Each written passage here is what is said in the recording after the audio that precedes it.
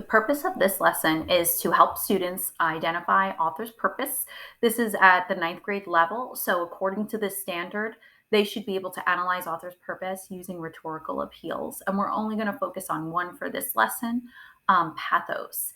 And the strategy that I will be using to teach students how to find the author's purpose is to look at pathos and analyze pathos, how the author wants us to feel, getting at the heart of the matter, because that's really going to lead us to, and a lot of times, the reason why the author wrote something. Because many times when an author gives a speech or writes something, they want us to feel a certain way. And using that pathos will help us to find the author's purpose.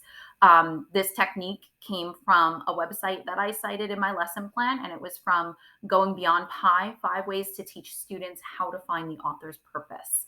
The text that I selected for this lesson is the Gettysburg Address.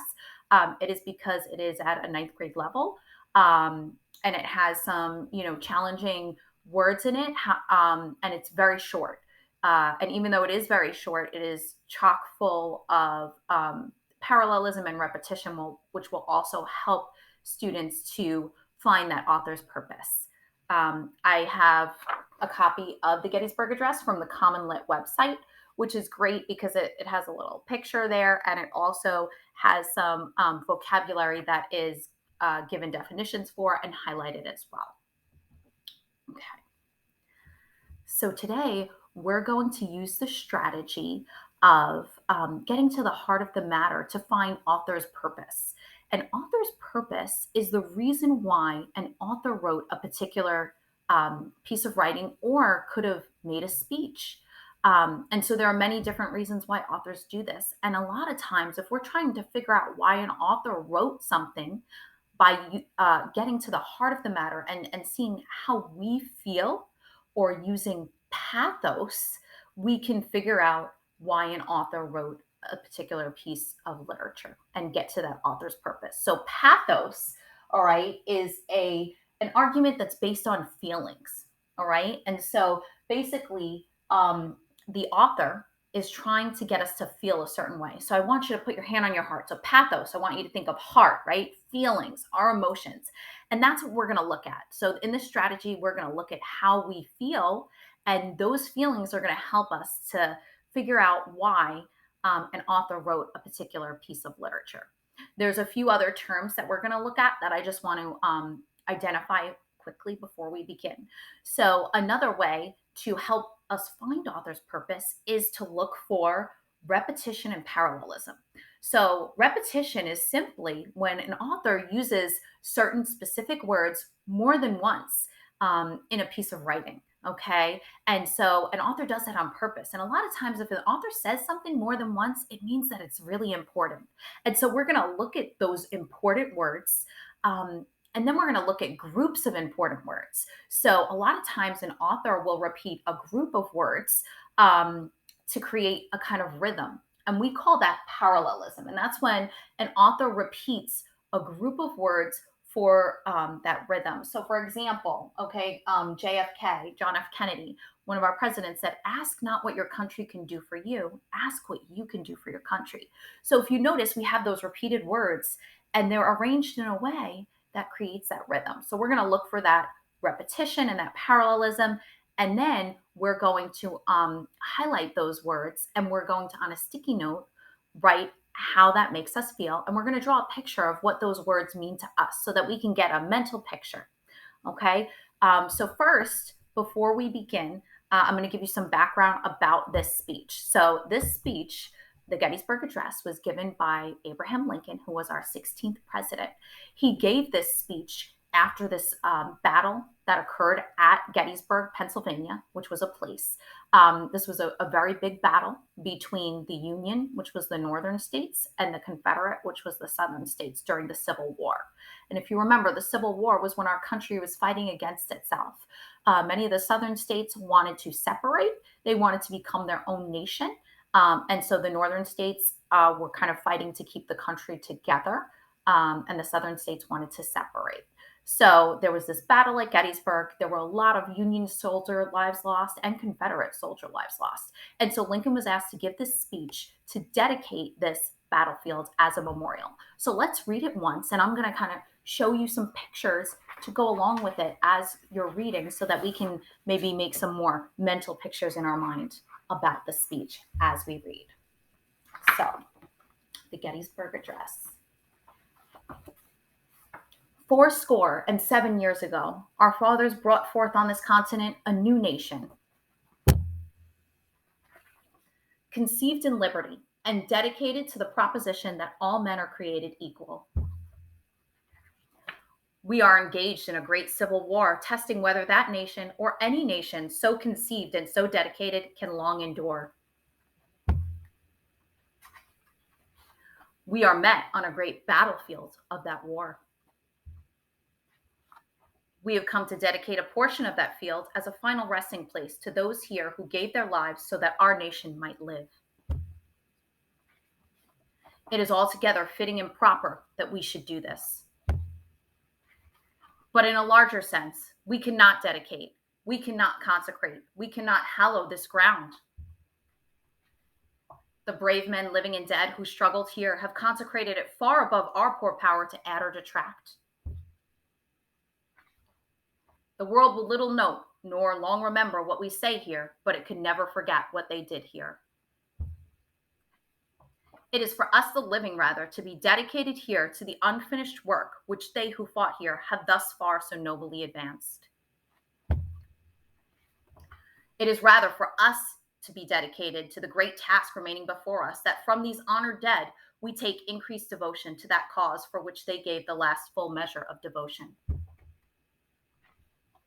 That we here highly resolve that these dead shall not have died in vain, and that this nation under God shall have a new birth of freedom, and that a government of the people, by the people, for the people, shall not perish from the earth.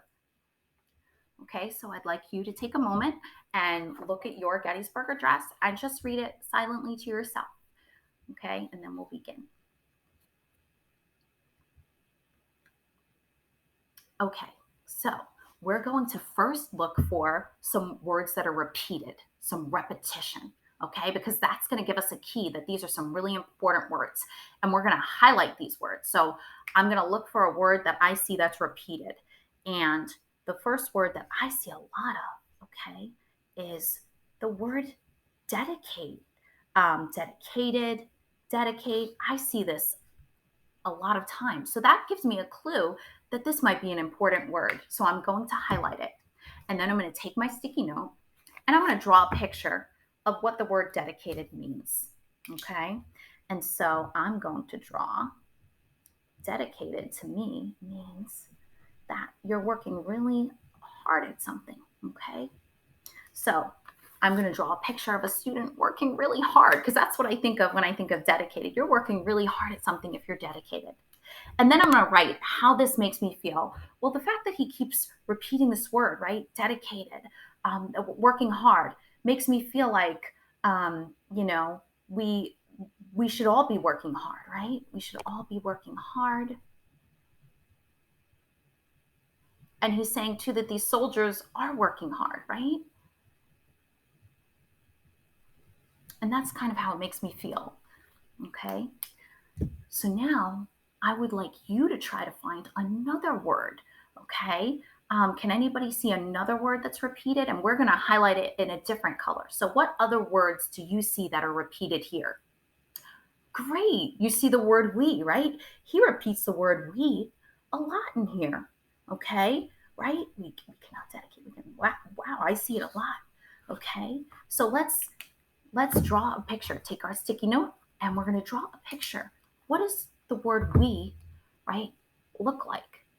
Oh, that's a great idea. Let's draw a large crowd of people, right, together. That's what I think of when I think of we as well. So I drew my large crowd of people together too. And how does this word make us feel?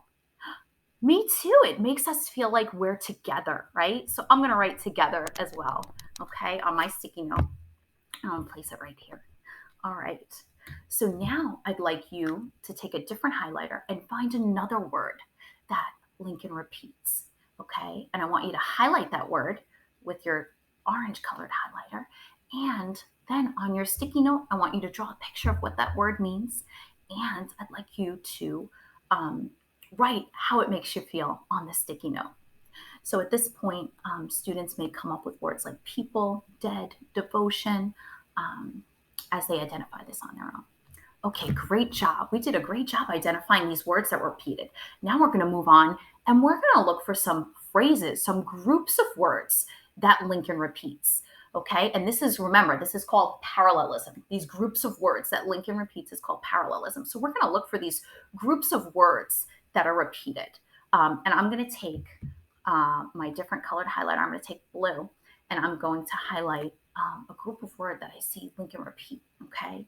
And I see, he says, right, we cannot dedicate, we cannot consecrate, we cannot hallow this ground. Okay. So I see him repeating a bunch of words there. All right. So that's my parallelism. And I'm going to draw a picture of what this means. Well, I'm looking at this phrase and I see dedicate, which I know it means to work hard, right? And then I'm not sure what consecrate and hallow mean, but I can try to use my context clues to figure them out. But I'm a little confused because I see it says in a larger sense, we cannot dedicate, we cannot work hard, but then he says we cannot work hard this ground. So that doesn't make sense to me. So what I'm going to do is I'm going to read the next sentence too, because maybe that'll give me a better understanding. And he says, the brave men living and dead who struggles here have consecrated it far above our poor power to add or detract. Oh, you know what? The word dedicate has more than one meaning. And so it means to work hard, but it also means, like, if you've ever dedicated a memorial or set aside, right? Dedicated time for something. It's like setting something aside, right? So he's saying that we can't set aside this ground. We can't dedicate as a memorial, which is a little confusing. But when I read the next sentence, it's because he says the brave men living and dead who struggled here have consecrated it. So they've made it this memorial. All right. So this whole phrase, when I look at it, okay, it kind of makes me feel, you know, bad that these men, fought and they gave their lives, right, to make this a memorial. But he says that we, it's almost like we're in it together. So I'm going to say that I feel bad, but I feel together. Okay, and I'm drawing the soldiers fighting in the war, because that's what it makes me think of, and that's what I'm writing on my sticky note. Okay. All right. So now let's try one together. So we're going to take, this time we're going to take our orange highlighter and we're going to highlight another group of words that we see that's repeated. So can you find any other groups of words that's repeated? Great. You see, we are now engaged in a great civil war and met on a battlefield of that war. That's a great one. All right. So let's highlight that. Okay. That's a great example of parallelism. All right. And so what does that mean? Let's draw a picture of what that means. So we have, we are engaged in a great civil war. We are met on a battlefield of that war. Again, yeah, let's draw that picture of those soldiers fighting in the war. Okay. Because that's what it means, right? And how does it make us feel? Okay. Yeah, it makes us feel sad, right? That